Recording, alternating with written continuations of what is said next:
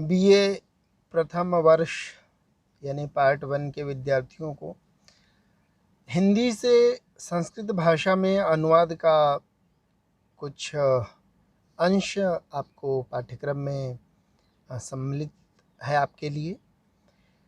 अनुवाद का अभ्यास आप लोग रचना अनुवाद कौमुदी से नियमित रूप से करते रहे हैं।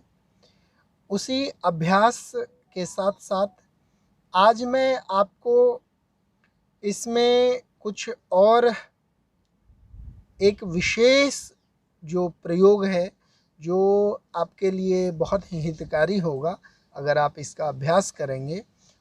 वो जो अंश है अनुवाद में, जो शब्द है जिसका हम प्रयोग आज सीखेंगे क्या अभ्यास करेंगे, वह है अव्यय।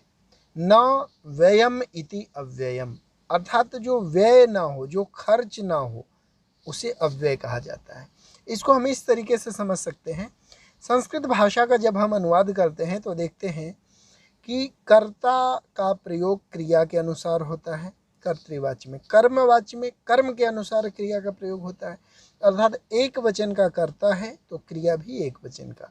जैसे रामः पुस्तकम पठति, रामः पुस्तकानि पठति, अर्थात कर्म बहुवचन हो गया लेकिन फिर भी क्रिया एक वचन का ही रहा। क्यों? क्योंकि क्रिया का प्रयोग कर्म के अनुसार होता है।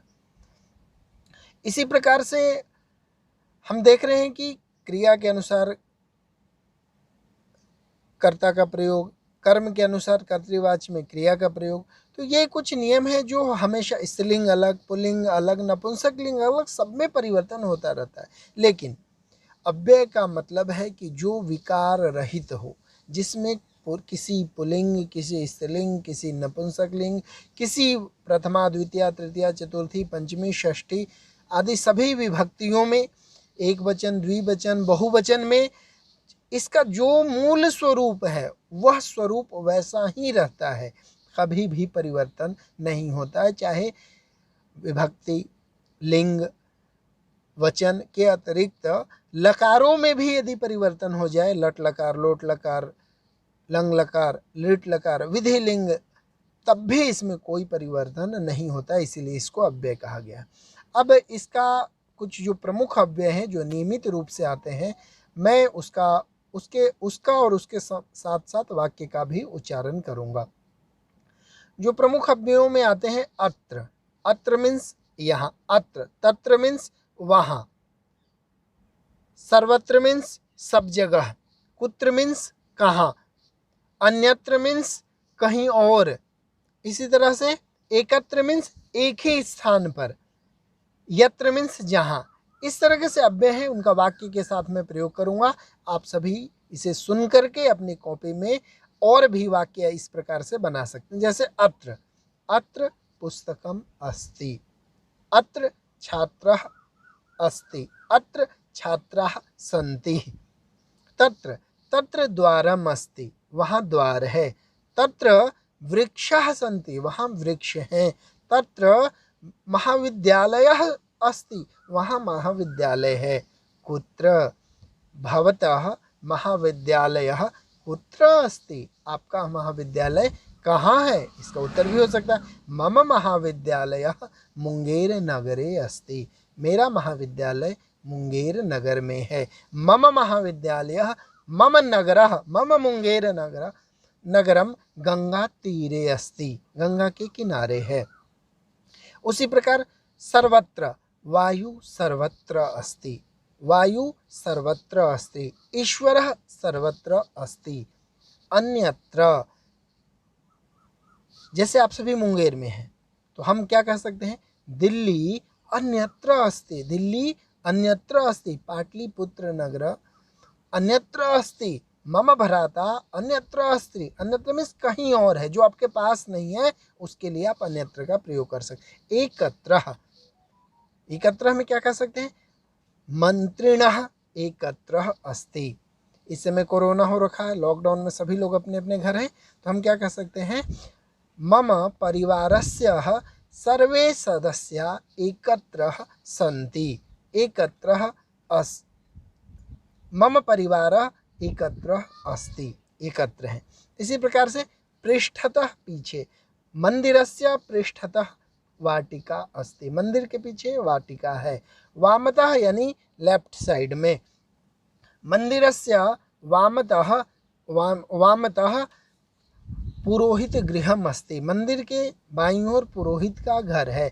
मंदिरस्य दक्षिणतः अतिथिशाला अस्ति, मंदिर के दक्षिण साइड में अतिथि गृह है, अतिथि निवास है।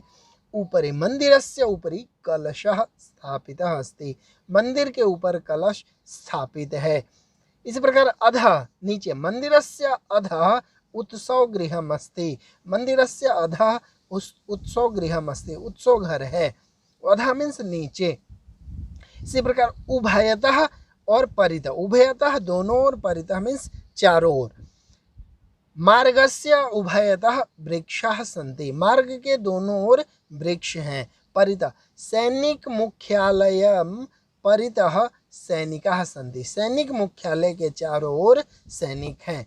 उभयतः और परितः में हमेशा याद रखिएगा अर्थ द्वितीय का होता है, लेकिन उभयतः और परितः के कारण इसमें द्वितीय विभक्ति का प्रयोग होता है। जैसे रास्ते के दोनों ओर, के है, षष्ठी आप कर सकते हैं, लेकिन षष्ठी का प्रयोग नहीं करना है, यहाँ द्वितीय का प्रयोग है। मार्गम उभयतः वृक्षा सन्ति। इसी प्रकार में परितः में क्या हो जाएगा आपका, सैनिक मुख्यालय के चारों ओर सैनिक है। के षष्ठी विभक्ति, लेकिन नहीं, यहाँ पे परितः के कारण द्वितीय विभक्ति का प्रयोग होगा कि मंदिर सैनिक मुख्यालयम परितः सैनिकाः सन्ति। यत्र जहाँ, यत्र गंगा यमुनयोः मेलनम भवति सः संगमः कथ्यते। यत्र जहाँ गंगा यमुनयोः, गंगा और यमुना का मेलनम मिलन होता है उसे संगम कहते हैं। यत्र चिकित्सकः गच्छन्ति, जहाँ चिकित्सक जा रहे हैं, सः अस्पतालः अस्ति, वह अस्पताल है। इसी प्रकार कह सकते हैं सदा, सदा सर्वदा सत्यम वदनीयम, भाषणीयम, हमेशा सत्य बोलना चाहिए। उससे आगे हम कह सकते हैं सर्वथा, सर्वथा मीन्स बिल्कुल, जब हम एकदम परफेक्टली बोलते हैं सर्वथा। इदम पुस्तकम सर्वथा दोष रहितम अस्ति, यह पुस्तक बिल्कुल ही दोष रहित है। इदम पुस्तकम सर्वथा दोष रहित, जैसे इदम पुस्तकम सर्वथा दोष रहितम अस्ति, यह पुस्तक सर्वथा दोष रहित है। उसी प्रकार सर्वतः, सभी प्रकार से।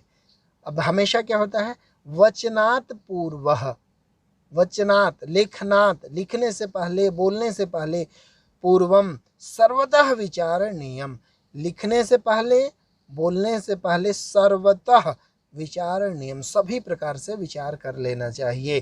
तो ये अत्र, यहाँ, तत्र, वहाँ, कुत्र, कहाँ, सर्वत्र, सब जगह, अन्यत्र, कहीं और, एकत्र, एक जगह, पूर्वतः सामने, पृष्ठतः पीछे, वामतः बाईं ओर, दक्षिणतः दाईं ओर, ऊपरी ऊपर, अधः नीचे, उभयतः दोनों ओर, परितः चारों ओर, यत्र जहाँ, सदा हमेशा, सर्वथा मीन्स बिल्कुल, कंफर्मेशन के लिए, सर्वथा मीन्स सभी प्रकार से।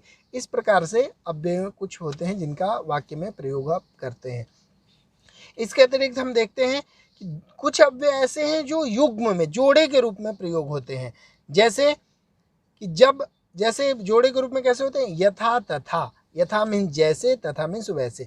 जैसे यथा लता मधुरम गायति तथा अनुराधा न गायति, जैसे लता मधुर गाती है वैसे अनुराधा नहीं गाती है।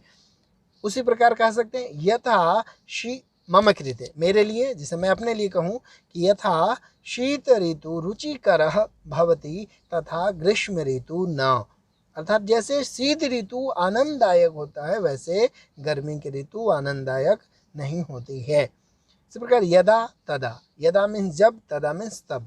यदा अन्नम भवति तदा जीवाः जीवन्ति, जब अन्न उत्पन्न होते हैं तब जीव जीवित रहते हैं। यत् तत्, जो वह, यत् चिंतनम भवति, यानी जो चिंतन होता है, तत् कार्ये दृश्यते, वह कार्य में दिखाई देता है। यत् चिंतनम भवति, जो चिंतन होता है, तत् कार्ये दृश्यते, वह में भी दिखाई देता है। यत्र तत्र, यहाँ और वहाँ दोनों एक भी इकट्ठे प्रयोग होते हैं। प्रचलित श्लोक भी है, यत्र नार्यस्तु पूज्यन्ते रमन्ते तत्र देवता, अर्थात जहाँ नारी की पूजा होती है वहाँ देवता निवास करते हैं। इसी प्रकार से होता है, कुछ ऐसे हैं जो समयवाचक हैं, समय के अनुसार प्रयोग होते हैं, वो भी अव्यय समय के अनुसार प्रयोग होते हैं। जैसे आप देख सकते हैं, अद्य आज, श्वः श्वः यानी कि कल, टुमारो जो आने वाला है, फिर परश्वः परसों आने वाला जो है, उसके पर परश्वः तरसो, उसके बाद ह्यः कल, परह्यः परसो, प्रपरह्यः नरसो, अधुना अब, संप्रति आजकल, पूरा मीन्स पहले। अब इसका हम प्रयोग में देखते हैं। जैसे आज क्या है, आज मंगलवार है, आज मंगलवार है, अगर हम करें मंगलवार के आधार पे आज हम करते हैं तो क्या होगा, अद्य मंगलवासरः, आज मंगलवार है। श्वः कः वासरः, कल कौन सा वार होगा, तो कहेंगे श्वः बुधवासरः, श्वः बुधवासरः, कल बुध होगा। इसी प्रकार परश्वः, परश्वः कः वासरः यानी परसों कौन सा वार होगा, तो परश्वः बृहस्पतिवासरः, परसों बृहस्पतिवार होगा। उसी प्रकार से प्रपरश्वः यानी परसों का भी तरसों, तो क्या कहेंगे, प्रपरश्वः शुक्रवासरः, यानी कि अद्य आज, श्वः कल एक दिन आगे, परश्वः 2 दिन आगे और प्रपरश्वः 3 दिन आगे। इसी प्रकार पीछे के लिए भी प्रयोग होता है। ह्यः अद्यः मंगलवासरः, तो ह्यः अद्य मंगलवासरः। Dr. Vishwajit Vidyarlinka, someone is calling you.